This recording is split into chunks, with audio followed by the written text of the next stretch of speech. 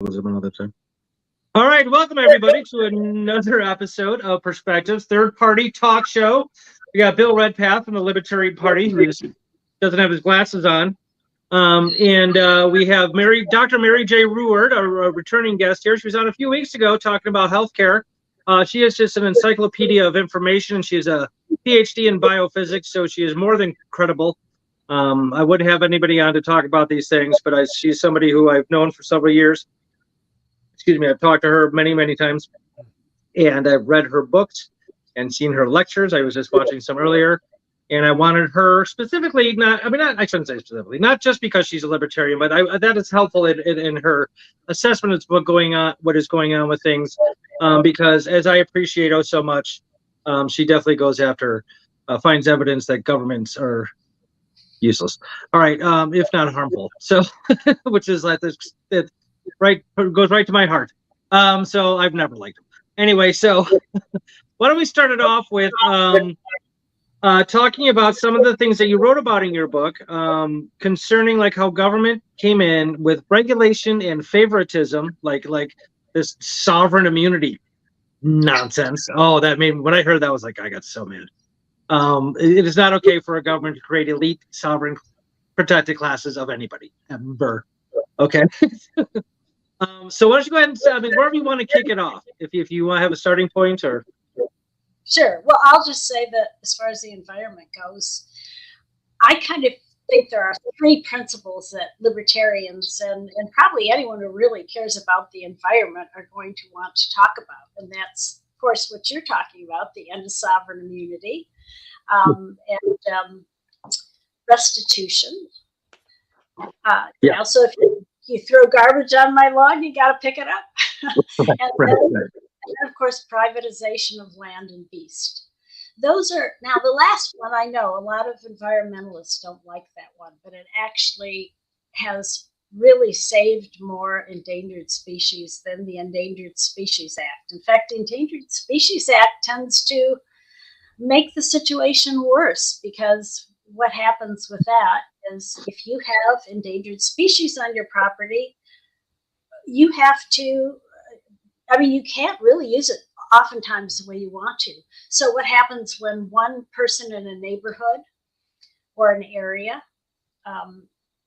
has the government come down on them and forbid them to develop their property so that this endangered species can flourish, all the neighbors rush out and make sure they don't have that habitat on their property. They take it away so that they won't get any of that species on it.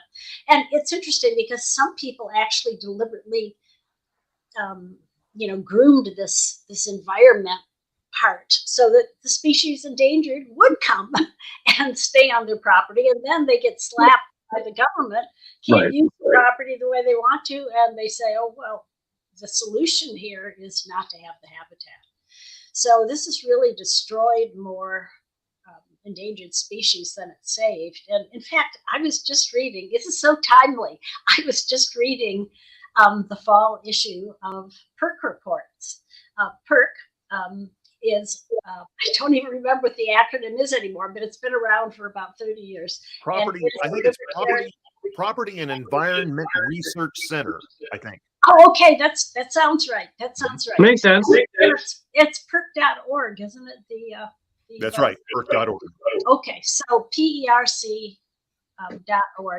So their fall report just came out, and they have the whole issue is on the Endangered Species Act. I haven't even gone through the whole thing yet, but I'm really enjoying the way they've kind of pointed all this stuff out, So that's one thing that happens. Privatization generally saves species. In fact, in Africa, when the elephants were being poached and killed by hunters for their tusks, what they found is that the countries that prohibited any kind of private ownership of the elephant or its hide or its tusks or whatever, their herds decreased by about 2/3 over a 10-year period, while in the countries that allowed some private property rights in the elephants had their populations soar. And the reason is that when a person, or a tribe or a group, whatever, can profit from the sale of culling the herds, with the infirm and sell their tusks and hide, that supports taking care of the rest of the elephants. And of course, this means that those elephants will propagate, whereas because they're protected. Nobody wants their valuable property to be ruined by poachers. But if the elephants are not property, then what happens is if they're eating crops or stomping on people or, just not available to really pay their way, so to speak, then what happens is the poachers come in because there's no protection. People aren't going to fight for the elephants if all they get from the elephants is their crops eaten, and maybe their houses stomped on or partially destroyed. But if they can profit from the elephants, that's a whole different story. And interestingly enough, this has all been studied and presented. It's been done over the last 20, 30 years.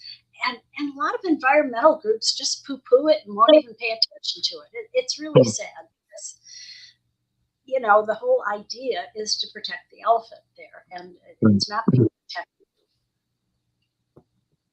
Right. Bill, you have any questions, comments, concerns about that? Well, this makes perfect sense.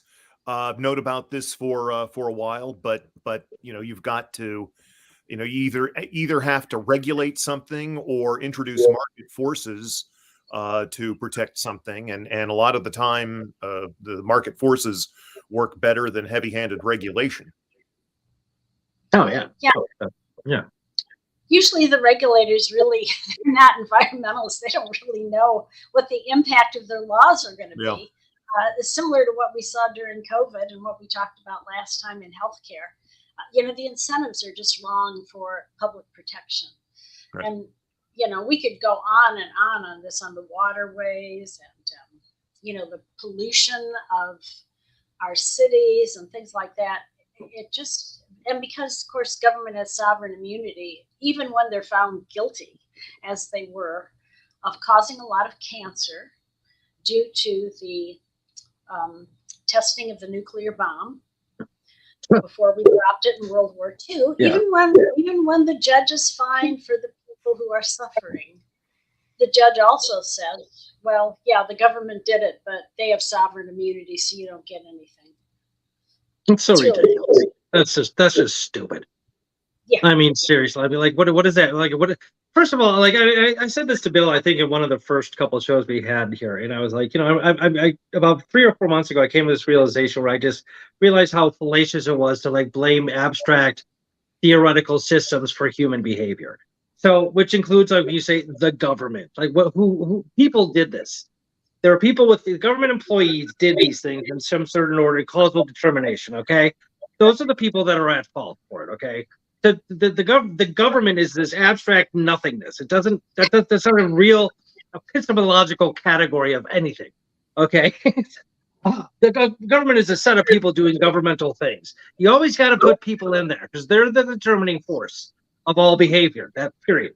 Okay, so it drives me nuts. Or even qualified immunity when it comes to cops. Like, well, the police department. Who's that? What do you mean the police department? Everybody in there said the same thing, or it's the chief? It's just stop with this abstract bullshit and tell me who did what, because they're the ones that need to be held accountable. All right, sorry, that's my little philosophical rant. But and that's why you've got to end sovereign immunity because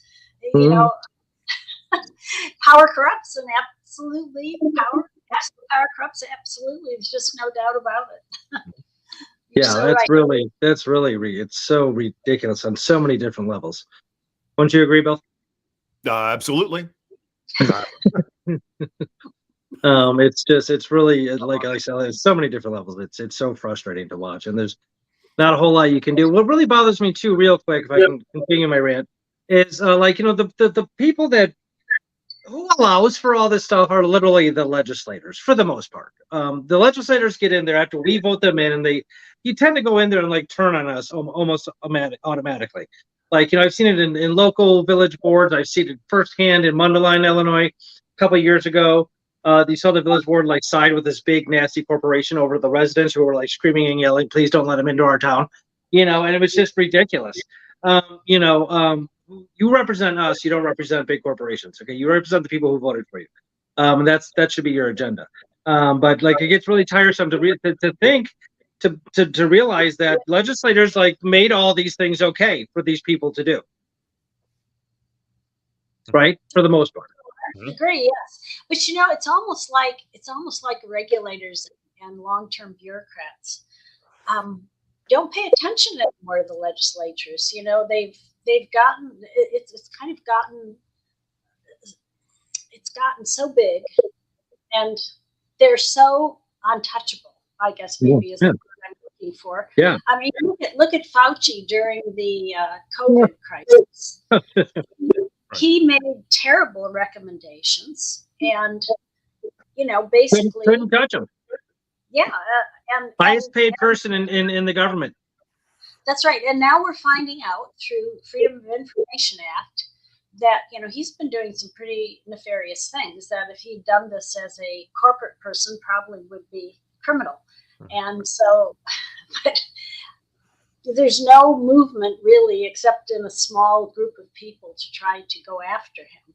And they probably wouldn't be able to, because he also probably has, or could at least argue that he has sovereign immunity. So this is really even worse than the legislature in a way. Of course, the legislator passes things without reading them. Well, there's that. Was it Nancy Pelosi who said we have to pass it so we can read it? Exactly. Yeah, I know. We have to pass it so find out what's in the bill. How about reading it beforehand? All right. Yeah. Anyway. Hey, well, Mary, I've got a question. Speaking of Fauci, I've got a question which I've been thinking about, but I've never actually asked someone who might have a knowledgeable answer. So it is my understanding that the National Institute of Health of the United States was helping to fund virology research at that Wuhan lab in China, from which maybe, we don't know, but from which maybe the COVID-19 virus escaped. That was poo-pooed, but now they're not poo-pooing it so much. But in any event, my question is, why would the United States be funding gain of function research, which I presume, I'm not sure what that is for sure, but it sounds like gain of function research is a research on how to make viruses worse. I mean, I could be, or is that wrong? What is, do you know what gain of function research is? Yeah. Mary, go ahead. Yes, I know. Yeah, gain of function research is taking a virus that only infects mice and making it infect humans. That's the gain of function part. The function is the infection of the human. And actually, Senator Rand Paul, questioned Fauci in front of Congress about this. And Fauci got very upset with him, and basically Rand was showing evidence that, yes, we, meaning the NIH, the government of the United States, of course, the taxpayer, funded this research through the NIH. And Fauci actually said, when Rand said just what I said, you cause an infectious agent which infects maybe mice or another species, to cross species and go into the human, that this is gain of function research. And Fauci even denied that it was gain of function research. I mean, oh man, it was horrible. He was so angry. He said some really, really incorrect things. Let's put it that way. Okay. And the reason, why would we fund it? Well, I've heard a lot of people, not just in the military, say we need to do this type of research so that if something bad happens, we can make a vaccine against it. Well, that hasn't worked out so well for us in a lot of different ways, because if you're making this infectious agent, it's easy for us to escape And actually, there have been, my understanding, and I'm not very knowledgeable on this particular point, so I will say that up front, but I have seen evidence that there have actually been many leaks of very dangerous viruses, within our lifetime. So this is not something that from that lab or from other labs. Pardon? No, from other labs too, because we have several of them here. Well, okay, you remember the anthrax scare for 9/11? That was traced back to Fort Detrick, which has similar research going on. I don't know. Traced back to where? Fort Detrick, I believe. Fort Detrick. There was a scientist. His name is escaping me right now. But he ultimately, I believe, committed suicide when they began closing in on. But it was they think it was a fellow. Again, I'm blanking on his name, but when it was not associated with 9/11, it happened just after 9/11. But I don't really think it was associated with 9/11. Right. Well, it happened right after 9/11, so most people, think of it. So I thought that'd be a good example because everybody much heard of that one, but that's not the only one. At least that's my understanding. And again, I have to say that even though I've seen evidence for this, this is not something I'm personally knowledgeable about. So, but it's not the only one. That's what I understood. Yeah. Now I remember his first name, Bruce somebody or other.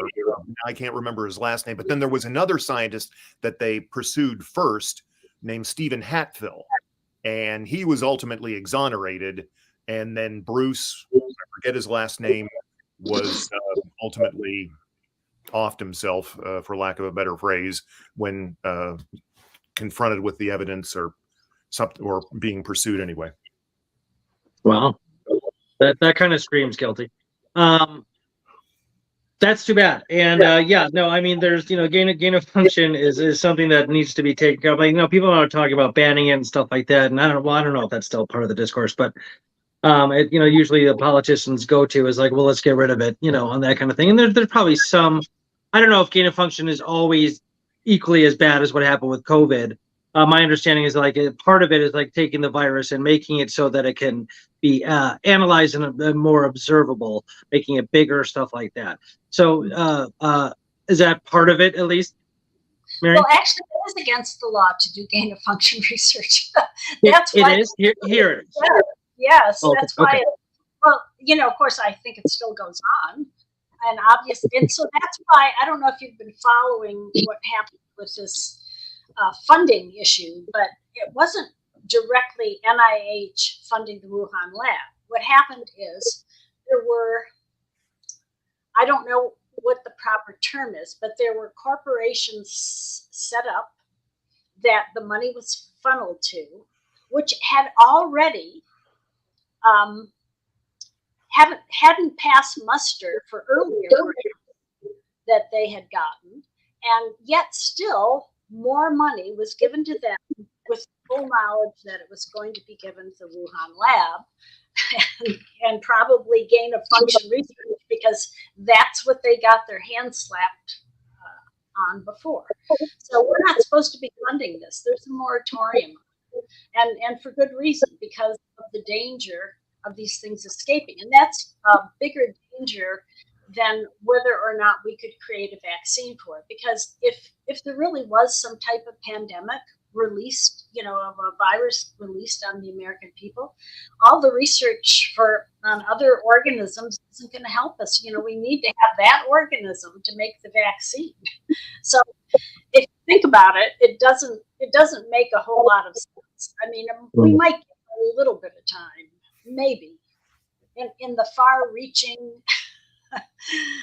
quarters of science by not doing that research. But you don't need to do gain of function. You can easily figure out what to do by using animals for that. And then if it's infecting people, you know exactly how to go about making the vaccine. So I'm sorry, but I don't see any reason for gain of function research. And I'm sure there are people that would disagree with that, but that's my opinion.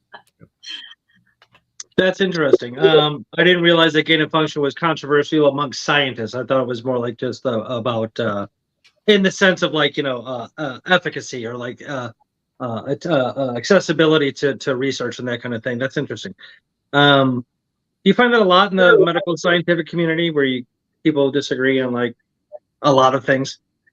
Yeah, well, actually, if you think of science at any level, that's the way it's supposed to be. You know, we wouldn't make any progress.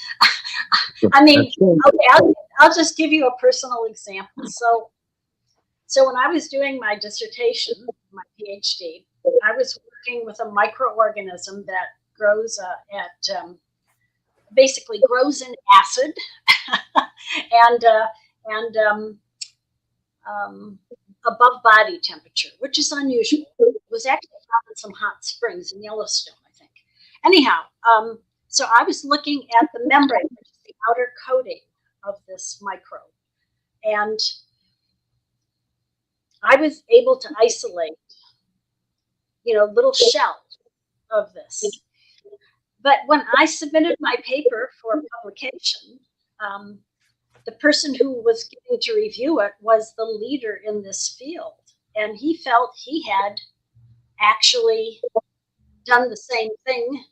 But what he had, and I could prove it, were little blobs of protein, and he didn't get the shell at all. He was just getting kind of the denatured or the killed cell. And, I had electron micrographs, so I could show that, right?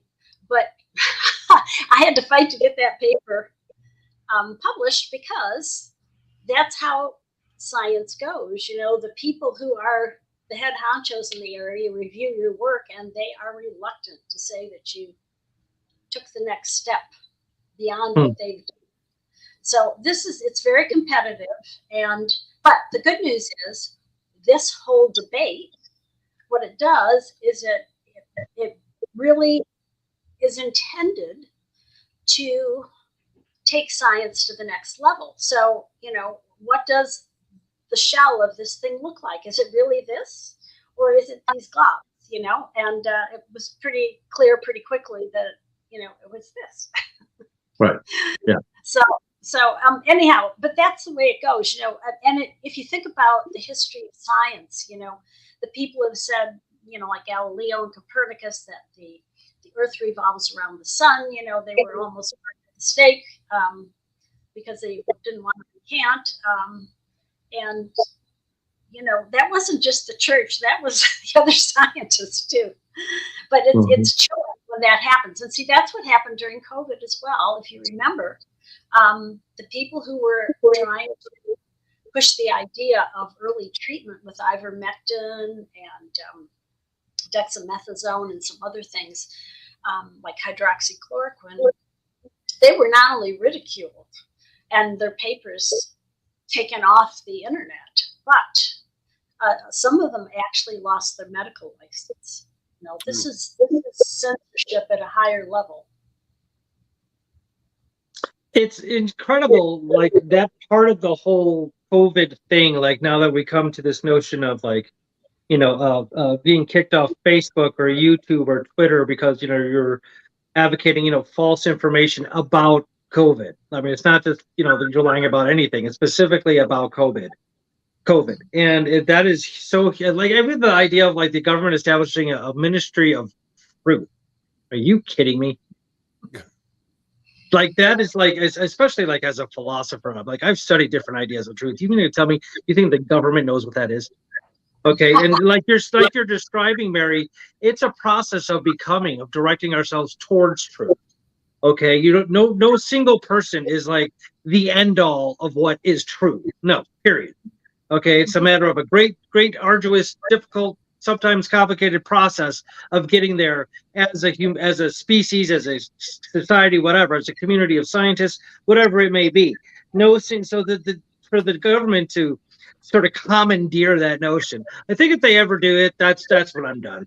I'm dead. That's it. I'm done. I'm going crazy, and everything. Really happy to know that the judge in the case of I think it's Mississippi and what's the other state? It'll come to me. The two states, Louisiana, sorry. Mississippi and Louisiana have sued because they feel that this all the censorship in the social media was unconstitutional. And the judge in his write-up actually referred to just what you did. He said, this is like the Orwellian ministry of truth. Yeah, exactly. Yes, exactly. So that was kind of that's great. No, that's very refreshing and encouraging to hear, because that is just, it's so unbelievable to me. Go ahead, Bill. Sorry, go ahead. Have any of the people who lost their licenses to practice medicine had them reinstated? As far as I know, not yet, but they are suing for that and for other things. I don't have the details on that, but I know that there's a push to reinstate. I'm sorry. What was another state? Missouri. I want to say for some reason Missouri got in on that as well, but I'm not sure. Okay. And the lawsuit? I think and maybe I have it wrong, and it might be Missouri and Louisiana, but I thought it was Mississippi. For some reason that stuck in my mind. So okay. Well, but I realized and I can remember the wrong thing. So yeah, I think they sued the Biden administration, I think, over the administration leaning on social media platforms to censor people who had views that differed from those of the administration. Mm-hmm.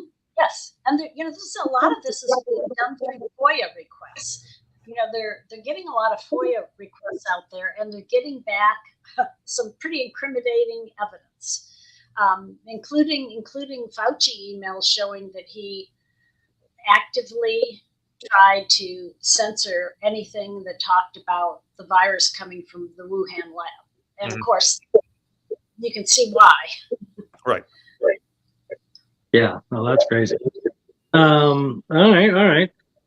So speaking of the environment, what about, I remember you talked about the lectures. No, that was fabulous. I love that. That's okay. Pesticides and herbicides and stuff like that, synthetic chemicals put on plants in order to encourage certain types of growth and get rid of pests and so on.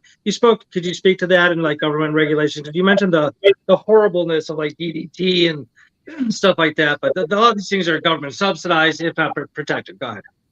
Yeah. Well, a lot of things that happen are kind of crazy because sometimes we pull some type of chemical off the market. Yeah, the government pulls it off, and the substitute is worse than the chemical that was pulled off. And one of the, you mentioned DDT. Well, of course, DDT was sprayed on just about everything in large quantities for a long time. Well, that's not the proper use, if you think about it, really, for any compound that's going to take out insects, because at some dose it's going to take out us too, at least to some extent. We're animals too. We're just a little bit different kind. Okay, so you want to always be careful. So what happened with DDT is people weren't careful, and so then what the government did, this was the mistake. Instead of making the DDT manufacturers restore their victims and simply letting it be used as needed, because the company could still sell it, they really banned it. And what happened is, not only did they ban it in the US, where it really doesn't have as big a role as it does in some equatorial countries, the US government refused to give aid to the the countries that did not go along with that ban. So what happened is the malaria deaths in these tropical countries soared without DDT. That's where the proper use of it was, in malaria, keeping the mosquitoes down. And a lot didn't need to be used, really. People found that they could just spray the net that they put over their sleeping area, and that was pretty effective. So a lot of the countries they said, we can't handle this level of mortality in our population, so we are going to start using DDT again. And the ban essentially, for a lot of countries, isn't truly operative. But a lot of the chemicals that came after DDT were somewhat worse. And that's because, of course, you have a ban like that. There's no real transition period. There's no way for people to test this new product they're going to put on the market in the way that they should. But liability is the key, of course, to making sure that companies stand behind the product. And that's one thing that the government should be using more instead of banning things, because usually for most substances, there's a good use for them and a bad use for them. And you want to make sure it's still available for those good uses. And in the case of DDT, millions, literally millions, were killed because DDT was not on the market for a while. Wow. And not used in these other countries. That's okay. Yeah. Well, see, that's all sorts of things that people don't know. You mentioned something about other types. It began with an E. The acronym began with an E. That's ringing a bell. And it was somehow, oh crap, I'm not remember. Bill, why don't you say something? Well, I try to think about what I'm talking about. Okay. Well, it's interesting. I just heard about that. I just listened to a Reason podcast earlier today, as a matter of fact, because I wanted to kind of bone up on climate change. It was with Bjorn Lombard. Okay. And so I listened to Nick Gillespie's podcast, and now they're using, first of all, I think he mentioned that mosquitoes, after exposure for a long time to DDT, some mosquitoes may have built-up resistance to DDT. So, and anyway, they're using a different substance on mosquito netting these days. And I forget, and I don't know do you know what that is? But it's different. They're using a different chemical now on mosquito netting that apparently works better. I mean, I figure it works better than the DDT, or they'd still be using the DDT. But yeah. Well, resistance happens. It happens with antibiotics as well. Right. Right. So nature wants to live. It's going to do its thing. yeah. Well, it's we live up here in northern Illinois, at least David and I do. So we don't have to worry about mosquitoes all the time, unlike down in the tropics. I imagine it's a 12-month a year deal down there. It's interesting. Where I live, we do not have that many mosquitoes, which surprises me. But you're in Texas, right? That's right. Of course, it's drier here, so it is very dry there. Yeah, semi-arid where I am, so that makes a difference, because mosquitoes need to have stagnant water, or not flowing water, so that they can lay their eggs. So yeah, I remember water. I remember an episode of Seinfeld where Frank Costanza said that one thing he liked about Manhattan was no mosquitoes. That is the one thing. Huh? They had them in Queens, but not in Manhattan. So, there you go. Well, we had mosquitoes, a lot of them in Michigan, where I was. Oh, yeah. Very lush environment. Yeah, a lot of water. No, the mosquitoes during the summer, mosquitoes can be a problem here. When I was a kid, it was a lot more. I don't know if that is a testifying to something. I don't know. But like the little fireflies are almost all gone. There's very few bees or butterflies. I mean, there's all sorts of damage done. Well, let's talk about, I want to ask you about like agricultural practices in general, because you mentioned something in one of your lectures about organic food. And this is what I'm certified in, is as far as in certified in agricultural sciences, horticulture, which is like organic farming. And it came with it a certain amount of propaganda, but a lot of it was science-based. Not the propaganda, the rest of it. I did research on like organic, the higher nutritional value of organic food, and there really isn't much at all. Like they might show a little more antioxidants, but nothing that you couldn't just take a vitamin C pill and be done with. But with the benefit of organic farming or growing is mostly to do with the soil, the health of the soil, because our agricultural practices right now tend to like just disrupt the soil. Like we're going through a no-till movement, even amongst commercial farmers, because they finally figured out that tilling like destroys like microbial ecosystems within the soil that you really want to regenerate year and year and year, not destroy. So there's a new way to go about it. They have like the angle of the blades and stuff like that has something to do with it. I don't know, but the like even big commercial farmers are going through this stuff too. And I think there's just sort of a general notion that like, why wouldn't you prefer your food to not have pesticides and herbicides than to have it with it? I mean, of course you would. And I know a lot of you're nodding agreeably. Could you speak to that at all, or? Sure. Well, yeah, there's a lot of things on the surface of our foods that we generally don't know about. I mean, Yeah. One of the things for like wheat, I understand that when they're getting ready to harvest the wheat, they spray it with Roundup. I guess it helps the dehydrated or something, so that I'm not quite sure what actually happens, but it makes it easier to harvest it. That's what I've understood. Well, of course, the average person doesn't think about, in my bread and my wheat products that I have all this Roundup. Well, it's not really necessary. In Europe, of course, they have banned that product for a number of uses. Again, it probably has some good uses be available for those, but putting it on your food before it's harvested, not so great. So, I tend to agree that having organic food, if you can afford it, is the way to go. And of course, there's also the question of what makes it organic, because the government or the certifying agencies make those rules, and I'm getting different. Sometimes I hear that some are not as good as others. Like my understanding is there's this coating now that they're putting on fruit. I don't remember the name of it, but you probably know it. It doesn't come off easily with washing, but it's being advertised as being a substance that is natural. And yet I know that natural grocers here won't carry it because they don't agree with that assessment. So I don't know. There's a lot of things that are put out to preserve our food. And there's a good thing about that. Preserving food is good. It means, you can get a bigger variety of food. That's a good thing.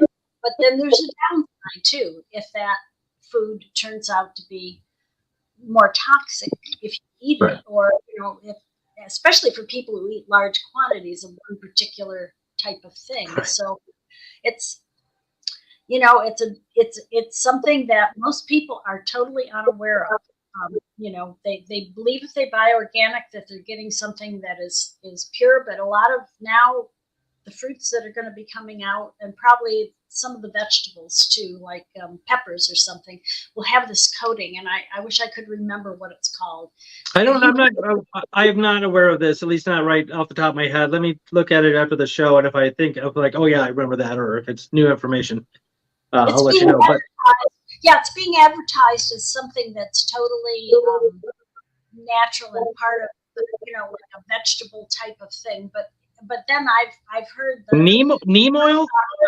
Pardon me? Neem oil? No. NEEMO? No, okay. No, it's not neem oil. I know what that is. No, yeah. It wasn't there. Anyhow, I heard a chemist talking about what this stuff actually was. It did not sound. I can see why natural grocers did not want to carry it. That's really interesting. I mean, like sort of like the controversy of different things within the the environmental community, if you will, like organic grocers and stuff like that, like over like GMOs and are they actually harmful? Are they not harmful? And again, a lot of the GMO debate has to do with like what GMO seeds do to soil, and the fact that you have organizations like owning a genetic structure that scares a lot of people. That's very strange, admittedly. Okay, it's very odd that you own like a sequence of life. I don't know what that's very Frankensteinian. Yeah, no, and I just want to say real quick, and I'm not sure that you meant this exactly, but on any sort of product, if the word says natural, that is legally meaningless. It doesn't mean anything. Like organic, if it says USDA certified organic, that actually has legitimate meaning. It means certain things. Natural, anybody can put natural. You can put natural on a thing of soap detergent, and you couldn't get sued over it. It's just a meaningless word. So a lot of people are like, oh look, it says natural. I'm like, okay, that doesn't mean that it isn't filled with pesticides. It does not mean that. Organic means that. At least it means it's not supposed to be. But even like going back to like the regulations, the USDA regulations for organic are extremely strict. And a lot of people like that. I think it's a little much. For example, like if you want to take your mainstream commercial farm and turn it organic, you have to leave the soil fallow for 3 years. That's way too long. It doesn't need to sit untouched for 3 years because they want all the crap to seep out. And I understand that, but there are things you can. Bill, I'm sorry. Go ahead. I was going to say, pardon my ignorance, but if I'm ignorant, then somebody else is too. Technically, what does organic mean? What does it mean to say that something? It means free of pesticides and herbicides. Oh, okay, there you go. That's what it means. I thought it kind of sort of meant like that, but I Googled or Googled definitions of words because sometimes I think I know the definition, but I'm not sure I know the definition. Oh, I'm doing that all day. I want to double check it, and 95% of the time I'm right, but sometimes there's a meaning that's a little elusive. It's that the meaning of the word is actually a little different than what I thought. So anyway, no, I do. I'm one of the reasons I love cell phones is like I can correct myself as much as I can before I go on air. Organic basically means just that, free of those two things. But again, like one of the regulations too, I don't know how I feel about this because it seems to me like with wind patterns and stuff like that, like the effect would be negligible. Maybe I'm wrong. But like if you're like a commercial farm going to organic farm, let's say you already passed the 3 years of fallow soil. And fallow just means to be untouched. You don't produce anything. But your farmer neighbor is not going organic and he's just dousing his crap with Roundup and the wind's taking it over to your place. The USDA will not allow that to be considered organic. You have to somehow put a barrier up. And again, I don't know. Like, I think a barrier is not unsafe. I get it. That'll work. But I mean, like with wind patterns, like, how much is actually going to go over here? Is the wind always blowing from this direction? Is it going in this direction? I don't know. It seems a little rigid, but we'll see what happens.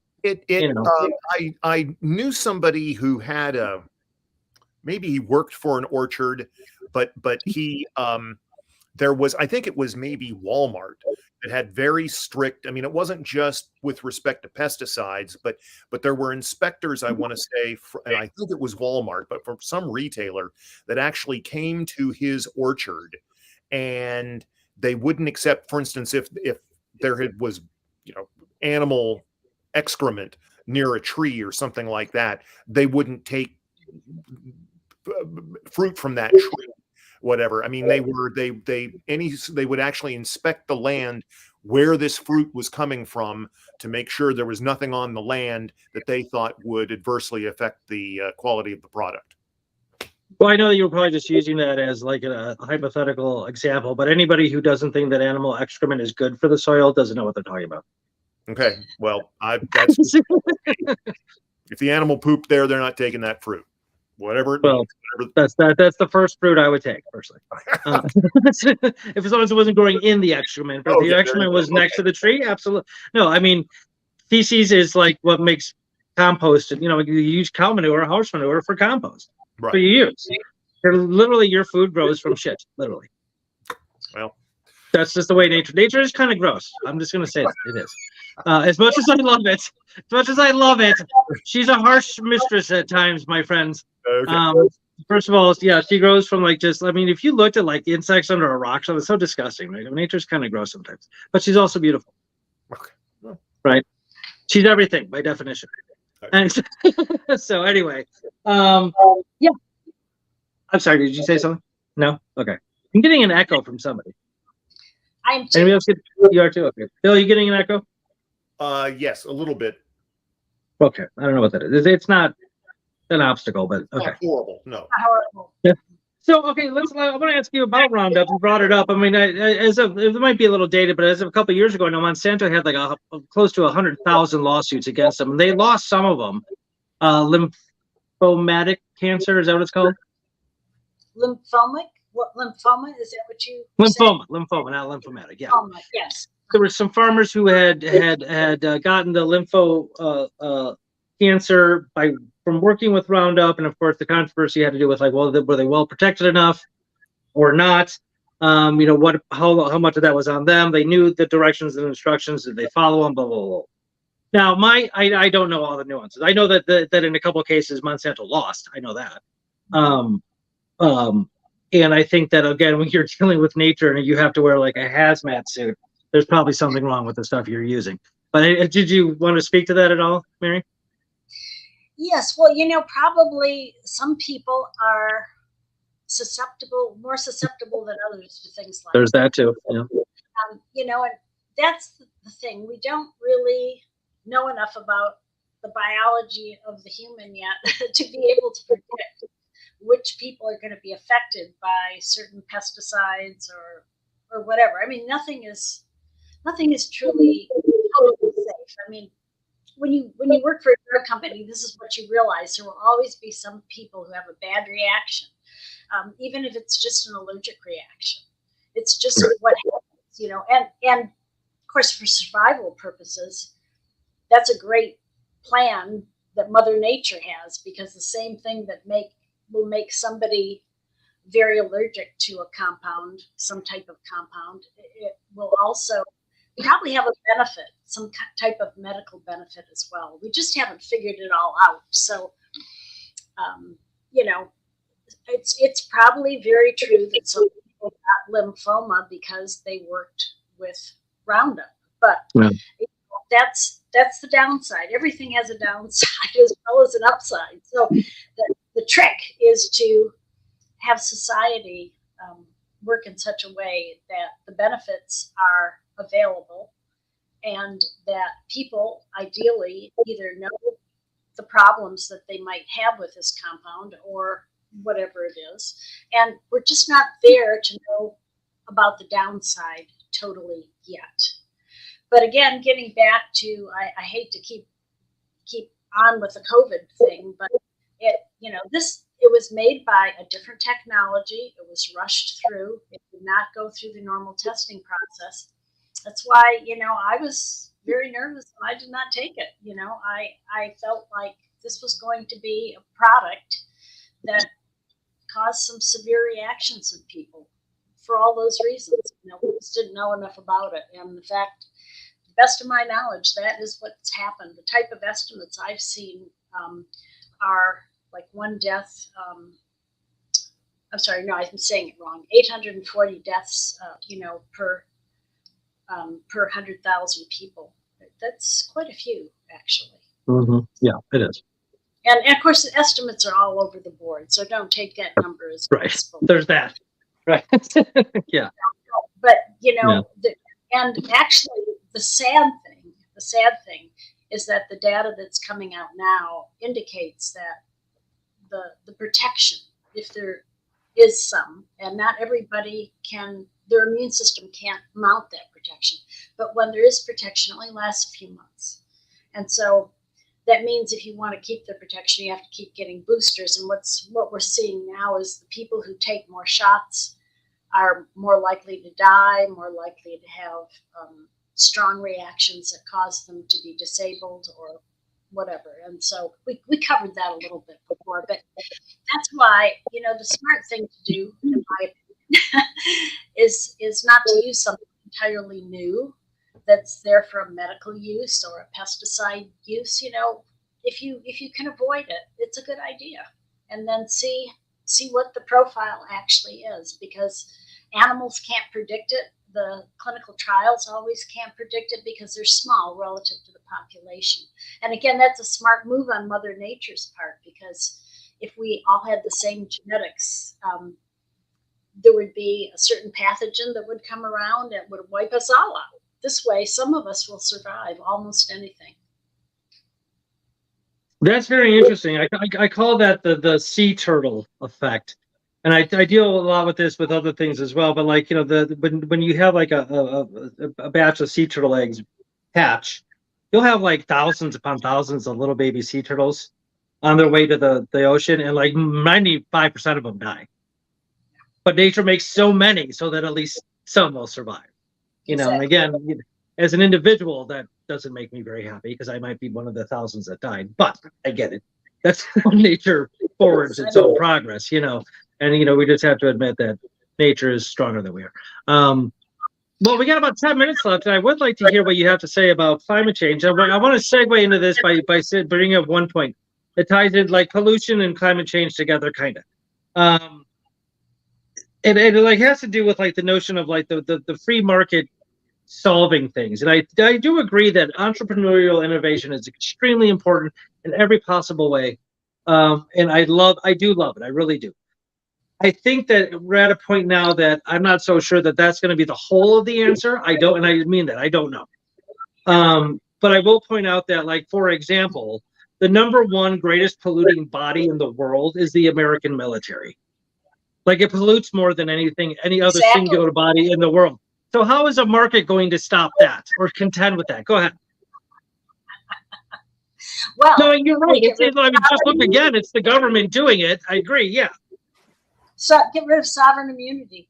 I mean, the thing is, the government can do things that the individual cannot, as long as it has that power and acceptance by the population. Then we will have problems because they can do things that we cannot. In other words, they can kill people and they don't have to do restitution. Yeah. Now, think about how different the government would be if the government did not have sovereign immunity.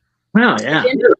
Legislators and regulators could be sued easily, relatively easily. I mean, as easily as the average person. It would change things. There wouldn't be a very regulatory government around for very long because most regulations, even if they're put in to protect people, kill some people. And, we talk about that when we talk about the FDA, and it protects itself. The agency protects itself by having a very long approval process so that if Congress gets a lot of calls about a new drug that has a lot of side effects, and hey, any drug has side effects. So this could happen to any drug that they approve. If they get called, the FDA and the agency and the individuals who signed off on it get called on the carpet by Congress. And so the system is built so that the FDA works best when it doesn't approve anything. And then the second best for them is have a long approval process. So if they have to go to Congress and defend themselves, they can say, well, we made them do every test we could think of.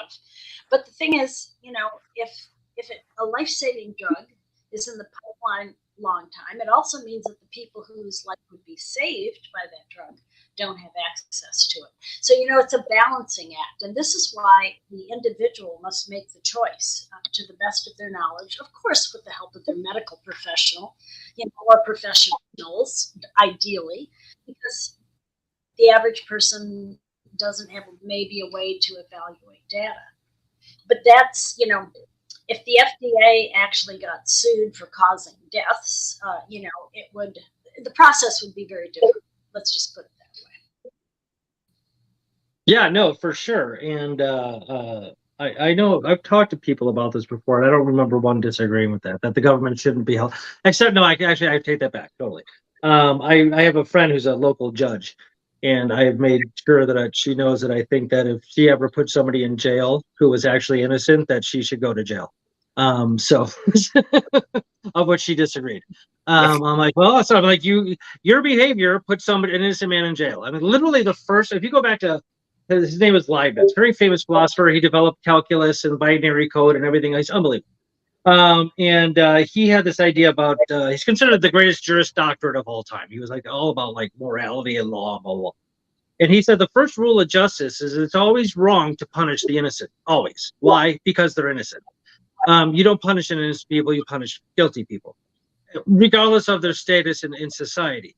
Again, if a judge or a cop or somebody puts somebody in jail and like willingly puts them in jail, not necessarily even knowingly that they're innocent, that's even a whole different set of guilt, but like puts them in jail when their job is to protect the innocent and advocate for justice, that person should be held accountable. If there are people that have been in jail for 40, 50 years that have been found innocent. Are you kidding me? Yeah. And nobody suffers any retribution from that? No, I mean, the judge might be dead, but I don't know. Somebody who put that person in jail is still alive, and something needs to be done. It's ridiculous how you just get away with it. Sorry. And a large Right. percentage of the people who are, the large percentage of the people who are convicted wrongly is due to prosecution misconduct, which Mhm, I've had some experience with, and it's really scary. But see, that's because again, there's no possibility of restitution for them. And you know, of course, no, it's the crazy. people who there are, and well, and we talked about this earlier too, about the people who were hurt by the atomic bomb testing. You know, Bikini World War Island, II yeah. and stuff. Mhm, So you know, mhm. it really needs to be changed. Really, and it would be a whole different. It would be a whole different cup of tea. It really would. Like, it's kind of fun to think about. Bill, sorry. No, I was going to say, I mean, in answer to your question about the U.S. military, and of course, you know, communist governments used to be horrible polluters as well. No, I mean, if there are just some things that cannot be cured through a market process, if it is a strictly political process that got you to where you are. No, I don't think that pollution. It doesn't strike me. Let me put it this way: it doesn't strike me that pollution caused by the military can be abated through a market process. But somebody who's an expert in that area may have some different ideas about there might be like technological advances, like military advances that like I've heard the phrase like green war machines. Sure, whatever the hell that means. Because they might, so like the tank might not be itself polluting, but it's going to blow something up and destroy it. Okay, so that's a whole nother thing, like how stupid that is. It'll be it's going to be interesting to see. I've got about 3.5 minutes left here. Okay, so what do you think about climate change? Do you think it's a thing? Do you think it's not a thing? You think it's a thing but over exaggerated? But where do you stand, Mary? Well, climate change. Hang on, we're going to get some noise here. Climate change is. By climate change, I mean the increase of average temperature of the globe. Yeah, climate's always changed, if that's where you're going. Yes, I know that. Okay, so yes. In fact, about 1,000 years ago or so, Greenland was actually green, and people settled there because of that. Hello, Texas Oncology Austin York, Suite 300. Okay, I didn't turn my phone off. Sorry. It's okay. Okay, so yes, so about 1,000 years ago, I said Greenland was green. So it was warmer than it is now. And yes. When you go into a few hundred years later, in the 1500s or so, we went into a little ice age, and the little ice age is what we're coming out of. So that warming happened really before 1940, most of it. Yeah. So there isn't much happening now, at least according to the satellites, virtually nothing. Now, in the urban areas, there is a little bit. There is a little bit of increase if you look at the surface temperatures. And right now, hang on, I'm going to move this. There we go. So the surface temperatures are in the cities. Are showing an increase, and the rural areas not that much.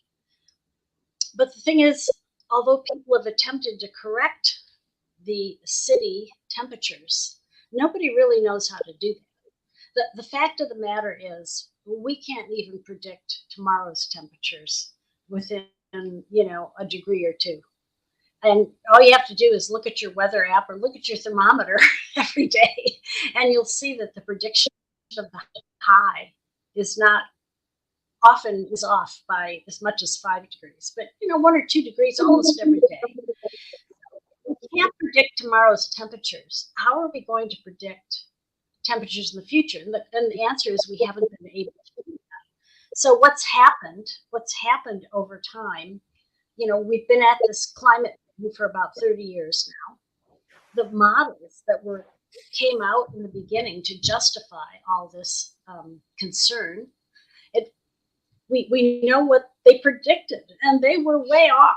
They were predicting things way high, like 5 degrees higher than actually happened. So now they're predicting things within a few tenths of a degree.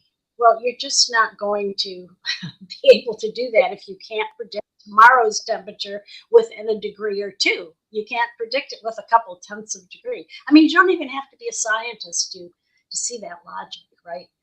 And of course, Mother Nature has been influencing our temperatures, as I described earlier, for a long time.